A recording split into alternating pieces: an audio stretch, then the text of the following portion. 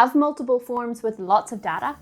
Let me show you how to batch extract your PDF data and turn it into an Excel form. First, let's open PDFelement and find the Batch PDFs button. Choose Extract Data. Select Extract Data from marked PDF. And this is where we can create a template. Let's go through the file, adding selections of where we would like to extract data.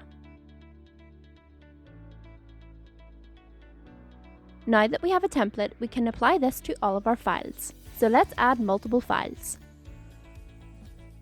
Now we have an Excel file with all the extracted data.